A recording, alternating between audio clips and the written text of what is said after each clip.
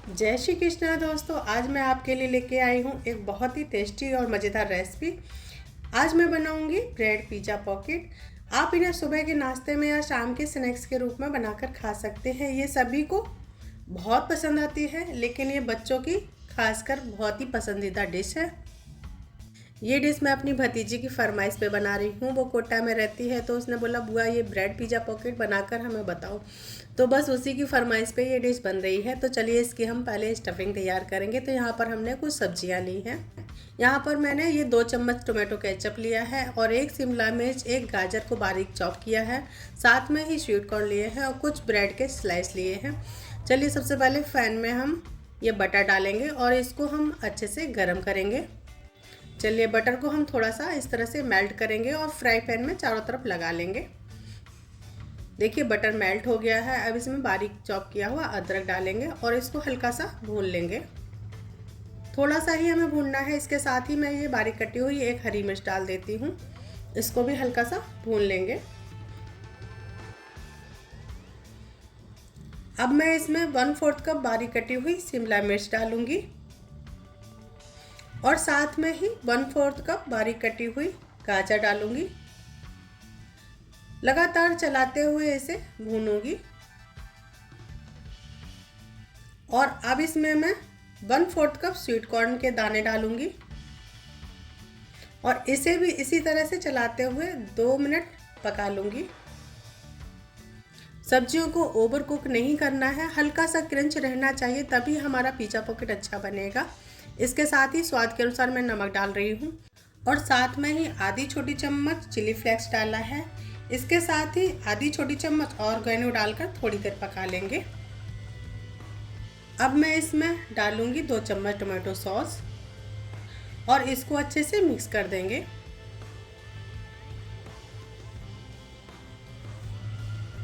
ये लीजिए हमारी स्टफिंग तैयार हो गई है। अब इसे थोड़ा ठंडा होने देंगे। तो इसके लिए मैं एक बाउल में इसको निकाल देती हूँ। अगर आप तीखा खाना पसंद करते हैं तो आप इसमें 1/4 छोटी चम्मच काली मिर्च का पाउडर भी डाल सकते हैं। ये हमने 4 से 5 चम्मच मैदा लिया है। साथ में ही थोड़ा सा नमक डालकर इसका हम अभी थोड़ा सा गाढ़ा घोल बनाएंगे। पानी को हम थोड़ा थोड़ा करके डालेंगे। एक साथ डालेंगे तो इसमें गुठलियाँ पड़ जाएंगी, इसलिए आप पानी को थोड़ा थोड़ा करके ही डालें। अब इसमें थोड़ा सा पानी और डालेंगे, थोड़ा सा गाढ़ा पेस्ट बनाएंगे। अभी मैं इसको गाढ़ा ही रखूँगी इस तरह का, आप देख सकते हैं। बस इतना ही हमें इसको पतला रखना है। अब हम ब्रेड के किनारे काट लेंगे। यहाँ पर हमने ब्राउन ब्रेड ली है, आप चाहें तो वाइट ब्रेड भी ले सकते हैं। ऐसे ही सारी ब्रेड के किनारे काट लेंगे और ये जो किनारे हैं इनका हम ब्रेड क्रम्स बनाएंगे और इसी रेसिपी में हम इसको यूज करेंगे। चलिए इस तरह से सारे ब्रेड के किनारे हम काट लेते हैं। देखिए सारी ब्रेड हमारी तैयार है और इसके जो किनारे हैं इसका हम ब्रेड क्रम्स बना लेंगे। अभी इस रेसिपी में यूज करेंगे। अगर आप चाहें तो इसके पकौड़े भी बना सकते हैं आलू में मिक्स करके। और ब्रेड को हम इस तरह से थोड़ा सा बेल लेंगे। ताज़ी ब्रेड है तो आसानी से बिल जाती है। अगर ब्रेड रखी हुई है तो इसमें थोड़ा सा पानी छिड़क कर बेल लीजिएगा। तो इस तरह से हमने ये शीट बेल ली है और अब इसी तरह से सारी ब्रेड बेल लेंगे। ये देखिए सारी ब्रेड हमने इस तरह से बेल ली है। अब इसकी हम स्टफिंग करेंगे। तो ये देखिए स्टफिंग हमारी ठंडी हो गई है। अब इसमें हम आधा कप मोज़रेला चीज़ डालेंगे और इसे अच्छी तरह से मिक्स करेंगे। स्टफिंग हमारी तैयार है। अब इसे हम ब्रेड पर रखेंगे।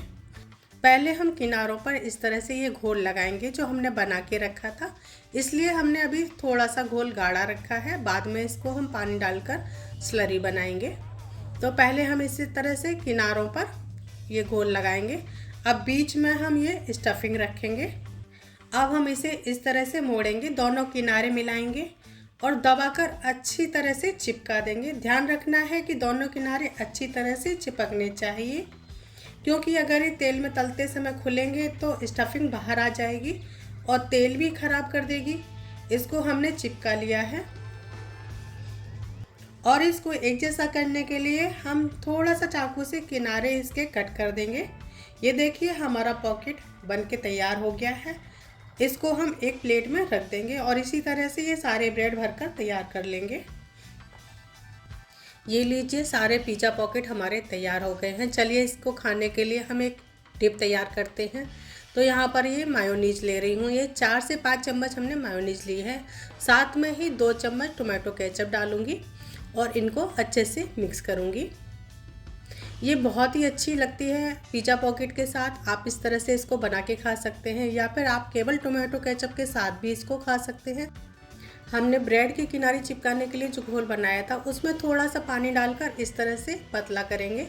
इसकी हम स्लरी तैयार करेंगे। अब इसमें हम आधा चम्मच चिली फ्लेक्स डालेंगे और साथ में ही थोड़ा सा बारीक कटा हरा धनिया डालेंगे। ये पूरी तरह से ऑप्शनल है। इनको तलने के लिए तेल कढ़ाई में गर्म होने के लिए रख दिया है। इस ब्रेड पिज़्ज़ा पॉकेट को हम ऐसे भी तल सकते हैं, एकदम क्रिस्पी पॉकेट बनके तैयार होंगे।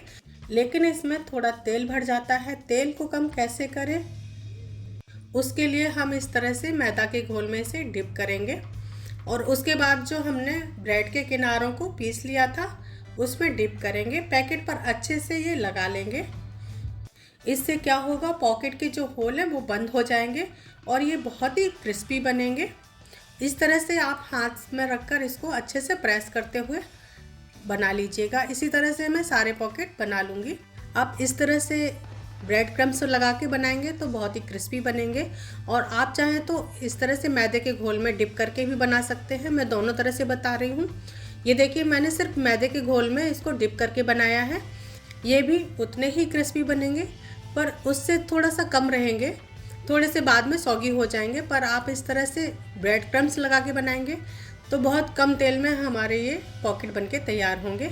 आप देख सकते हैं, केवल ये स्लरी वाले हैं जो मैदे के घोल में डिप करके बनाए थे। अभी ये हम जो ब्रेड क्रम्स लगा के रखे थे उनको तल रहे हैं। इन्हें हम मीडियम गर्म तेल में ही फ्राई कर रहे हैं। इसे दोनों तरफ से अच्छे से उलटते पलटते हुए फ्राई कर लेंगे। इनको हम गोल्डन ब्राउन होने तक फ्राई करेंगे। ये देखिए, bread pizza pocket golden brown हो गया है। अब इनको हम निकाल लेंगे। इसी तरह से हम सारे पॉकेट फ्राई करेंगे। एक बार पिज़्ज़ा पॉकेट तलने में लगभग 3 से 4 मिनट लगते हैं और ये देखिए, ब्रेड पिज़्ज़ा पॉकेट बनके तैयार है। बहुत ही अच्छे और बहुत ही क्रिस्पी बने हैं और अंदर से सॉफ्ट टेस्टी स्टफिंग है। ब्रेड पिज़्ज़ा पॉकेट को मस्टर्ड सॉस या टोमेटो सॉस या अपने किसी भी पसंदीदा सॉस या चटनी के साथ खा सकते हैं। इन्हें बनाने के लिए थोड़ा सा ध्यान रखना है, जब आप इन्हें चिपकाएंगे तो अच्छे से चिपकाएं और तलते समय तेल मीडियम हाई गर्म हो और गैस भी मीडियम हो। तो आप इन्हें बनाइए, खाइए और मुझे कमेंट करके ज़रूर बताएं कैसी लगी आपको हमारी ये रेसिपी। अगर आपको वीडियो पसंद आई हो तो वीडियो को लाइक करें, शेयर करें। और एक पीस मैं आपको और तोड़ के दिखा रही हूँ। ये देखिए, बना है ना बिल्कुल बाजार जैसा, पिज़्ज़ा हट जैसा पिज़्ज़ा पॉकेट। इस तरह से आप घर में ही बना सकते हैं और बनाकर कमेंट करके हमें ज़रूर बताइएगा कि कैसी लगी आपको हमारी रेसिपी। चलिए मिलते हैं अगली नई रेसिपी के साथ। तब तक के लिए राधे राधे। आज के बाद आप क्रिस्पी चिली पोटैटो आसानी से रेस्टोरेंट से भी बढ़िया घर में बना पाएंगे। ना तो आपके आलू मुलायम पड़ेंगे और ना ही ज़्यादा ऑयल लगेगा। बहुत ही टेस्टी रेसिपी है, आप एक बार ज़रूर ट्राई कीजिएगा। मेरा वादा है कि आपको ज़रूर पसंद आएगी। अगर आप एक बार बनाएंगे और एक बाइट खाएंगे तो आप पूरी प्लेट कब खा जाएंगे पता भी नहीं चलेगा। चलिए शुरू करते हैं अपनी मज़ेदार रेसिपी। क्रिस्पी चिली पोटैटो बनाने के लिए हमने यहाँ पर 4 आलू लिए हैं और उनको छीलकर इस तरह से इनके साइड से कट करेंगे। इनको एक शेप देंगे। अब इसके बाद हम इनके पतले पतले से स्लाइस करेंगे। ना ज़्यादा मोटे ना ज़्यादा पतले, मीडियम थिकनेस के रखने हैं। इस तरह से आप देख सकते हैं जिस तरह से हम इसको कट कर रहे हैं। अब इनको 2 पीस लेंगे और इस तरह से हम फिंगर चिप्स की तरह काट लेंगे। ये थोड़े से ना ज़्यादा मोटे हों ना ज़्यादा पतले, क्योंकि हम इनको बॉईल नहीं करेंगे। अगर आपको बॉईल करना है तो थोड़े से मोटे रखिए, वरना इस तरह से आप इनको काट सकते हैं। देखिए सारे पीसेस कट हो गए हैं। चलिए अब इनको हम अच्छे से साफ़ करेंगे। तो 2-3 पानी से अच्छे से इनको वॉश करना है और जो साइड के किनारे बचे आप उसको सब्जी में यूज कर सकते हैं, उनको वेस्ट नहीं करेंगे। चलिए अब इनको हम एक बाउल में निकाल लेते हैं। धोने से क्या होता है कि जो स्टार्च है वो पानी से निकल जाएगा और इससे हमारे चिली पोटैटो और भी ज़्यादा क्रिस्पी बनेंगे। अब सबसे पहले हम आलू में डालेंगे कॉर्नफ्लोर। तो यहाँ पर हम 3 चम्मच कॉर्नफ्लोर डाल रहे हैं और साथ में ही थोड़ा सा नमक डालेंगे। अब इसमें रेड कलर लाने के लिए कश्मीरी लाल मिर्च पाउडर डालूंगी और साथ में ही 1 चम्मच अदरक डालेंगे। सारी चीज़ों को अच्छे से मिक्स करेंगे। चम्मच से नहीं हो रहा है तो मैं हाथ से मिक्स करूंगी। तो चलिए चम्मच को रखते हैं साइड में और इसको हम अच्छे से हाथ से मिक्स करेंगे। आप चाहें तो कॉर्नफ्लोर की जगह पर अरारोट भी डाल सकते हैं। अब इसमें हम ये 3 चम्मच मैदा डालेंगे। अगर आप मैदा का इस्तेमाल नहीं करना चाहते हैं तो आप इसकी जगह पे 3 चम्मच कॉर्नफ्लोर और डाल दीजिएगा। इससे भी हमारे पोटैटो बहुत ही अच्छे और बहुत ही टेस्टी बनेंगे। यहाँ पर हमें घोल नहीं बनाना है, तो सबसे ज़रूरी चीज़ बस इस तरह से सारे आलूओं पर ये जो मैदा और कॉर्न स्टार्च का मिक्स है वो पूरा कोट हो जाए और जो मॉइस्चर है आलू में वो पूरा ख़त्म हो जाए और इस तरह से मिक्स करना है। मैंने कश्मीरी लाल मिर्च डाली थी, आप चाहें तो फूड कलर भी डाल सकते हैं। ये लीजिए बिल्कुल प्रॉपर कोटिंग हो गई है। हमने पहले ही गैस पर कढ़ाई में तेल गर्म होने के लिए रख दिया था। तेल हमारा एकदम गर्म हो गया है और हाई फ्लेम पर ही हम इसको तलेंगे। तो गरम तेल में हम एक एक पीस करके इस तरह से डाल देंगे और हल्के गर्म होने पर इस तरह से आलू को उलट पलट कर सेकेंगे। शुरुआत में एकदम हाई फ्लेम पर फ्राई करेंगे जिससे कि जो कोटिंग है वो एकदम से अच्छे से चिपक जाती है। बाद में हम लो मीडियम फ्लेम पर फ्राई करेंगे जिससे कि वो अंदर तक अच्छे से पक जाए। और ये देखिए बढ़िया सा एकदम गोल्डन कलर आ गया है, एकदम क्रिस्पी हो गए हैं और अंदर तक अच्छे से पक भी गए हैं। चलिए अब इनको हम निकाल लेते हैं। आप देख सकते हैं कितना अच्छा कलर आया है, बहुत ही क्रिस्पी हमारे पोटैटो बनके तैयार हुए हैं। इस तरह से हम एक टिश्यू पेपर पर निकाल लेंगे और जो बाकी का बचा हुआ है उनको भी हम इस तरह से फ्राई कर लेंगे जैसे हमने पहले किया था।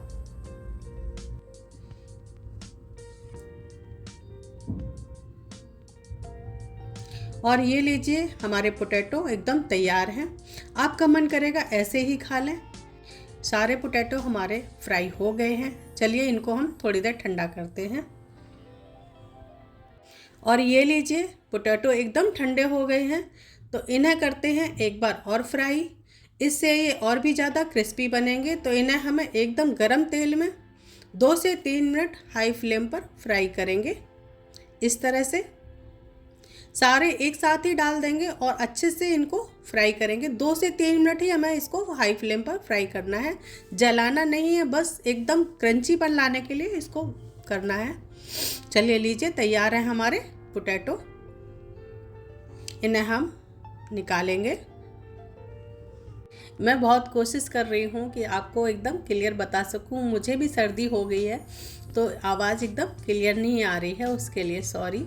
लीजिए हमारे पोटैटो फ्राई हो गए हैं। यही करते हैं होटल और रेस्टोरेंट वाले।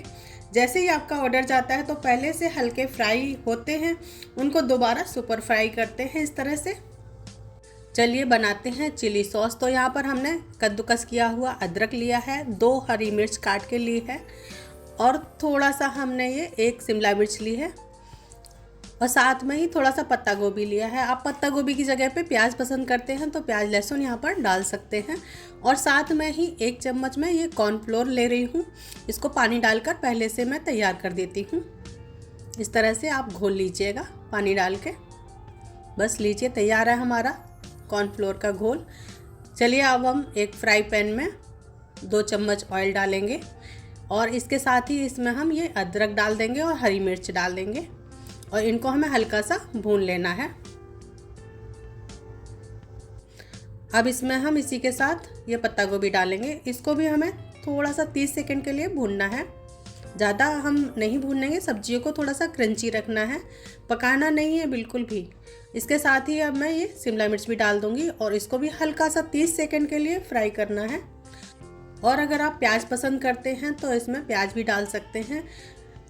और लहसुन डालेंगे तो अदरक के साथ आप लहसुन को डालिएगा, उसके साथ ही उसको भून लीजिएगा। इसके साथ ही हम ये 1 चम्मच सोया सॉस डाल रहे हैं, साथ में ही 1 चम्मच हमने ये टोमेटो केचप डाला है। आपके पास चिली सॉस हो तो वो भी डाल सकते हैं। साथ में ही मैं ये 1/4 चम्मच काली मिर्च डाल रही हूँ और इसके साथ ही थोड़ा सा नमक डालूंगी, क्योंकि सॉसेस में भी नमक होते हैं तो थोड़ा नमक कम ही डालें। इसके साथ ही थोड़ा सा पानी डालकर, लगभग आधा कप पानी हमने इसमें डाला है और इसको हाई फ्लेम पर हम पकाएंगे। इसके साथ ही अब इसमें हम ये 1 चम्मच जो हमने कॉर्नफ्लोर घोल के रखा था वो डाल दिया है और इसको भी हमें थोड़ी देर पका लेना है। सारी चीज़ों को हाई फ्लेम पर 30 सेकेंड के लिए पका लेंगे। सॉस को अच्छी तरह से मिक्स कर लीजिए। ये लीजिए, सॉस हमारा अच्छे से बनके तैयार है। अब इसमें हम ये अपने पोटैटो डालेंगे और इनको अच्छे से हमें कोट करना है। अच्छे से मिक्स करेंगे। लीजिए, तैयार है हमारे सुपर टेस्टी चिली पोटैटो। और ये लीजिए, सुपर टेस्टी चिली पोटैटो तैयार हो गया है। अगर आप प्याज पसंद करते हैं तो इसके ऊपर स्प्रिंग ऑनियन, जो हरा वाला प्याज आता है, वो डाल दीजिएगा, बहुत टेस्टी लगेगा। मैं यहाँ पर धनिया से गार्निश कर रही हूँ, धनिया पत्ती डाल सकते हैं आप। यहाँ पर ये ज़रूरी पॉइंट है कि किसी भी चीज़ को हमें ज़्यादा भूनना नहीं है और ना ही ज़्यादा पकाना है। बिल्कुल हल्का हल्का सा क्रंच बरकरार रहे और आलू डालकर बिल्कुल भी नहीं पकाएं। बढ़िया सा आलू को सॉस के साथ मिक्स करेंगे। 2 से 3 मिनट ही हमें इसे मिक्स करना है। गर्मा गर्म सर्व कीजिए। तो ये लीजिए, बिल्कुल तैयार है हमारे hotel restaurant style Kurkure crispy potato. और आपने देखा, ज़्यादा समय बिल्कुल भी नहीं लगता है। आप इसे बहुत आसानी से बना सकते हैं। आप इसे ज़रूर बनाइए। मुझे कमेंट्स करके ज़रूर बताएं कि आपको हमारी रेसिपी कैसी लगी।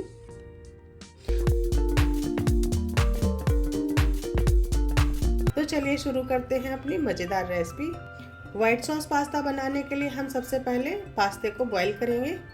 तो मैंने यहाँ 1 कटोरी पास्ता लिया है, लेकिन मैं पानी 3 कटोरी डाल रही हूँ।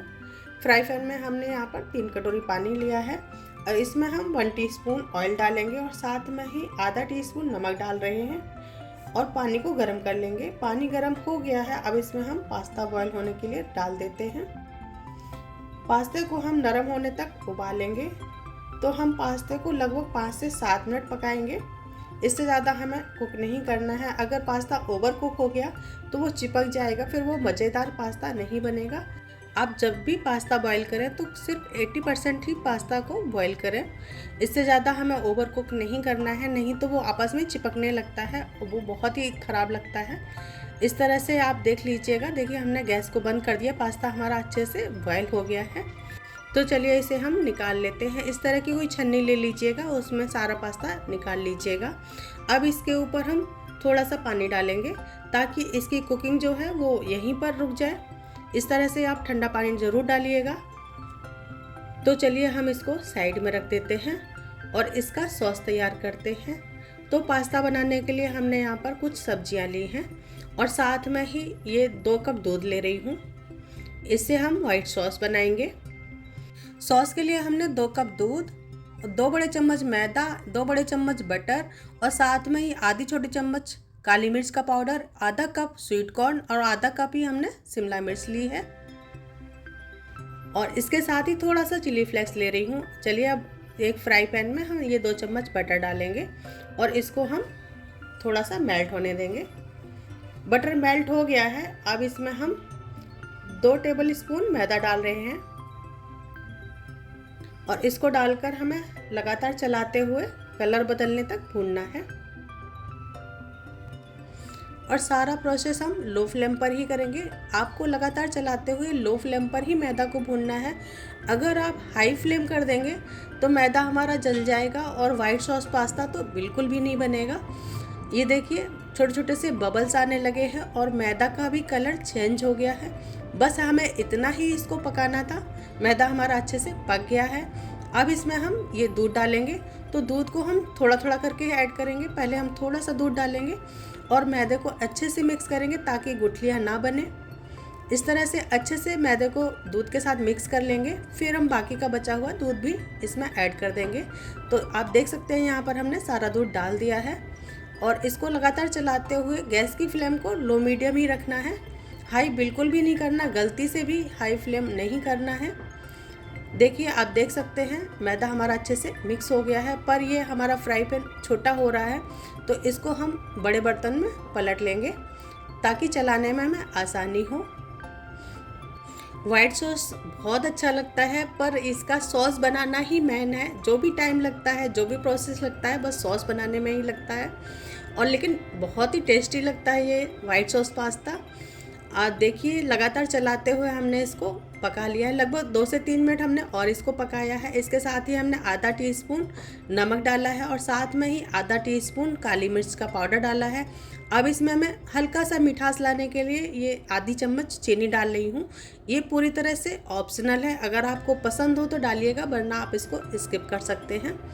आप देख सकते हैं इस तरह से सॉस हमारा रेडी होना चाहिए। देखिए इस तरह से चमचे को लेंगे तो पूरा कोट हो जाना चाहिए।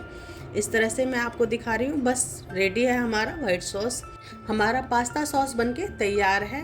गैस की फ्लेम को हम यहाँ पर बंद कर देंगे। अब हम दूसरी तरफ पास्ता के लिए थोड़ी सी सब्जियाँ तैयार करेंगे। तो ये मैंने पैन में 1 टेबल बटर डाल दिया है। बटर को मेल्ट होने देंगे। बटर में अब हम ये बारीक कटी हुई आधी शिमला मिर्च डाल देंगे और इसको हल्का सा हम रोस्ट करेंगे। शिमला मिर्च को हमने हल्का सा भून लिया है। अब इसी के साथ हम ये आधा कप स्वीट कॉर्न डालेंगे और इसको भी हमें पका लेना है। लगातार चलाते हुए हल्का सा क्रंची होने तक ही हमें भूनना है। 2 मिनट इसको चलाते हुए भून लिया है।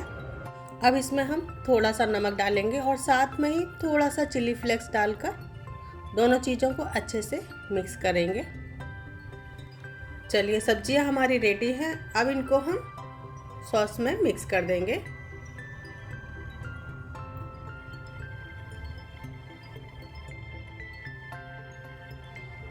और इसी के साथ अब इसमें हम उबला हुआ पास्ता भी डाल देंगे और सारी चीज़ों को हम अच्छे से मिक्स कर देंगे। आप चाहें तो यहाँ पर क्रीम का भी इस्तेमाल कर सकते हैं, पर मैं इसमें ये मोज़रेला चीज़ डालूँगी। तो यहाँ पर हमने ये आधा कप मोज़रेला चीज़ लिया है। वही चीज़ है जो हम पिज़्ज़ा में डालते हैं, बस वही डाला है। साथ में ही हमने 1 चम्मच ऑर्गेनो डाल दिया है और इन सारी चीज़ों को मिक्स करेंगे। और अब यहाँ पर हम गैस की फ्लेम को ऑन करेंगे और लो फ्लेम पर हम थोड़ी देर इनको पका लेंगे। आप देख सकते हैं कितने अच्छे से चीज़ हमारी मेल्ट हो रही है। और गैस की फ्लेम को आप लो ही रखिएगा। इसके साथ ही मैं आधा चम्मच चिली फ्लेक्स और डालूँगी। आपको तीखा अपने हिसाब से कम ज़्यादा कर सकते हैं। आप देख सकते हैं पास्ता हमारा अच्छे से बनके रेडी है। बहुत ही टेस्टी लगता है और ये पास्ता बच्चों को बहुत पसंद आता है। एक बार आप ज़रूर ट्राई कीजिएगा। सब्जियां आपके पास जो अवेलेबल हों वो ले सकते हैं। आपको जो भी सब्जी पसंद हो, गाजर, मटर, मशरूम या और जो भी सब्जी आपको अच्छी लगती हो खाने में, आप वो ले सकते हैं। इसी स्टेज पर आप चाहें तो क्रीम भी डाल सकते हैं, लेकिन मैंने यहाँ पर क्रीम नहीं डाली है। बस एक चीज़ का ध्यान रखना है कि इसको आप गरम गरम ही खाएं, तभी पास्ते का मज़ा आएगा, क्योंकि चीज़ मेल्ट रहेगी। अगर चीज़ ड्राई हो जाएगी, ठंडी हो जाएगी, तो फिर वो मज़ा नहीं आएगा। तो जब भी आप खाएं तभी चीज़ को डालें। पास्ता पहले से बना के रख लें, पर चीज़ तभी डालें जब आपको खाना हो। लीजिए तैयार है हमारा वाइट सॉस पास्ता। ये मेरी फेवरेट डिश है, मुझे बहुत पसंद आती है। आप भी एक बार ज़रूर ट्राई कीजिएगा और मुझे कमेंट करके ज़रूर बताइएगा आपने इसको कैसे बनाया और या आपको कैसी लगी हमारी ये डिश। बहुत ही सिंपल रेसिपी है ये बर्गर बनाने। सिर्फ टिक्की बनाने का काम होता है और कुछ नहीं। दिखने में ये जितना खूबसूरत है, खाने में उतना ही टेस्टी और बनाने में उतना ही आसान है। तो चलिए सुपर टेस्टी वेज बर्गर बनाना शुरू करते हैं। वेज बर्गर बनाने के लिए मैंने यहाँ पर कुछ सब्जियाँ ली हैं। यहाँ पर हमने ये आधा कप गाजर ली है, इसको बारीक कट कर लिया है। साथ में ही आधा कप मटर, 1 शिमला मिर्च ली है, इसको बारीक चॉप कर लिया है और थोड़ा सा हरा धनिया। इसके साथ ही हमने ये 1/4 कप पोहा लिया है। ये बाइंडिंग का काम भी करेगा और टिक्की को क्रिस्पी भी बनाएगा। आप चाहें तो मैदे का इस्तेमाल भी कर सकते हैं या कॉर्नफ्लोर डाल सकते हैं, पर हम पोहा डालेंगे। इससे क्या कोई स्मेल भी नहीं आएगी और बहुत ही क्रिस्पी हमारी टिक्की बनेगी। तो चलिए इसको हमने 2 से 3 पानी से अच्छे से साफ कर लिया है और ऐसे ही इसको रख देंगे तो ये अच्छे से फूल जाएगा। अब इसके साथ ही हम यहाँ पर ये 4 उबले हुए आलू ले रहे हैं। तो इसको हमें क्या करना है, कद्दूकस कर लेना है। तो यहाँ पर मैंने ये ग्रेटर ले लिया है और इससे हम सारे आलू कद्दूकस कर लेंगे। आप जब भी पैटी बनाएं तो आलूओं को हमेशा ग्रेट करके डालें, मैश करके बिल्कुल भी नहीं डालना है। इस चीज़ का विशेष ध्यान रखना है। चलिए सारे आलूओं को हमने ग्रेट कर लिया है। अब अपनी हम पैटी बनाएंगे। तो चलिए गैस की तरफ चलते हैं। तो यहाँ पर हमने गैस पर एक फ्राई पैन रख दिया है। इसमें 1 चम्मच ऑयल डाला है और साथ में ही 1 चम्मच बटर डाला है। ऑयल गर्म होने के बाद इसमें 1 चम्मच हम अदरक डालेंगे कद्दूकस किया हुआ और इसको हल्का सा भूनेंगे। अब इसके साथ ही अब इसमें हम ये 2 बारीक कटी हुई हरी मिर्च डाल देंगे और इनको हल्का सा भून लेना है। अदरक और हरी मिर्च थोड़ी देर भून लेंगे। अगर आप प्याज लहसुन खाते हैं तो इस स्टेज पर आप ऐड कर सकते हैं। अब इसमें बारीक कटी गाजर और शिमला मिर्च ऐड करेंगे और गैस की फ्लेम को हाई रखना है। हाई फ्लेम पर ही गाजर को भूनना है। और अब इसमें मैं मटर डालूंगी और थोड़ी देर इसको भी भूनना है हमें। सब्जियों को हमें जब तक पकाना है जब तक सब्जियों का जो मॉइस्चर है वो खत्म ना हो जाए, क्योंकि सब्जियों में मॉइस्चर रहेगा तो जब हम टिक्की बनाते हैं तो टिक्की फट जाती है। अब इसमें हम मसाले ऐड करेंगे। तो आधा टीस्पून हल्दी पाउडर, आधा टीस्पून लाल मिर्च पाउडर, 1 टीस्पून चिली फ्लेक्स, आधा टीस्पून गरम मसाला और आधा टीस्पून जीरा पाउडर। इसके साथ ही 1 टेबल स्पून ये ड्राई मैंगो पाउडर है, मतलब आमचूर पाउडर जैसे बोलते हैं वो है। और इन सबको अच्छे से एक बार मिक्स करेंगे।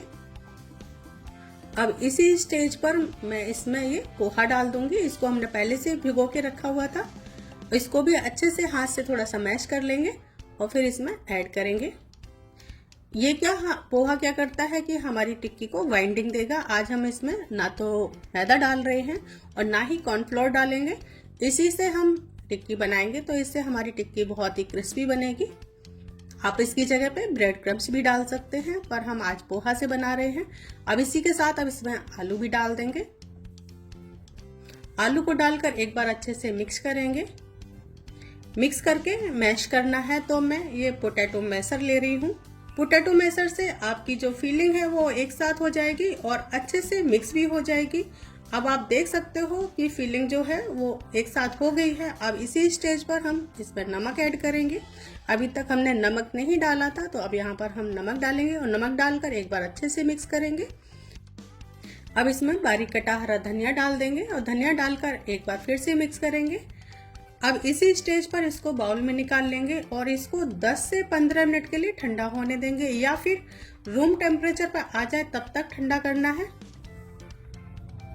चलिए 15 मिनट हो गए हैं। फीलिंग हमारी अच्छे से ठंडी हो गई है। अब इसकी हम टिक्की बना लेते हैं। टिक्की हमें थोड़ी बड़ी बनानी है, मतलब इतनी बड़ी जितनी की बर्गर पर फिट हो जाए, और इसे थोड़ा सा मोटी भी रखनी है। इस तरह से आप बना लीजिएगा। थोड़ा सा हल्का सा मोटा होना चाहिए। अब कैसे चेक करें कि बर्गर के हिसाब से हमारी टिक्की बिल्कुल परफेक्ट बनी है? तो इस तरह से आप प्लेटफॉर्म पे रखिएगा और उसके ऊपर इस तरह से बर्गर पाव रख कर चेक कर सकते हैं कि ये सही है या नहीं। तो देखिए टिक्की हमारी पाव के हिसाब से सही है। तो इसको हम एक प्लेट पर रख देंगे और ऐसे ही सारी टिक्की बना लेंगे। चलिए सारी टिक्कियां हमने बना के रेडी कर ली हैं। टिक्की को कोटिंग करने के लिए हम बैटर तैयार कर लेते हैं। तो यहाँ मैंने ये 1 कप मैदा लिया है और आधा कप ये कॉर्नफ्लोर ले रही हूँ और टेस्ट के अनुसार नमक डालकर मिक्स कर देंगे। अब थोड़ा थोड़ा करके इसमें हम पानी ऐड करेंगे और हल्के हाथों से मिक्स करेंगे। हमें एक सेमी थिक बैटर तैयार करना है जिससे हमें टिक्की की कोटिंग करनी है। धीरे धीरे पानी ऐड कीजिए और मिक्स करते जाइए। लम्स बिल्कुल भी नहीं होने चाहिए बैटर के अंदर। अब आप देख सकते हैं बैटर जो है वो परफेक्ट कंसिस्टेंसी में आ गया है। कोटिंग के लिए मैंने यहाँ ब्रेड क्रम्स लिए हैं। अब इसमें थोड़ा सा नमक और थोड़ी सी काली मिर्च ऐड कर रही हूँ। अब इसको मिक्स करेंगे और अब इसको हम साइड में रखेंगे।